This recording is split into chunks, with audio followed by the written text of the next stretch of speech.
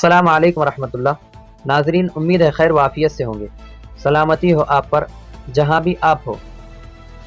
الحمدللہ بتاریخ 21 جولائی حضرت بلال رضی اللہ عنہ گروپ کی جانب سے امباجوگئی شہر میں ایک حجامہ کیمپ رکھا گیا تھا، جو الحمدللہ خیر وافیت کے ساتھ مکمل ہوا اور کامیاب رہا، جس کی تفصیلات کچھ اس طرح ہے۔ سب سے پہلے مولانا ذیشان صاحب امام و خطیب جامع مسجد نے کلام اللہ شریف کی تلاوت سے کیمپ کا آغاز فرمایا۔ پھر جناب حافظ عیسیٰ صاحب امام و خطیب سنگین مسجد نے حجامے کے متعلق حجامے کے فوائد و فضائل تفصیلی بیان فرمائے۔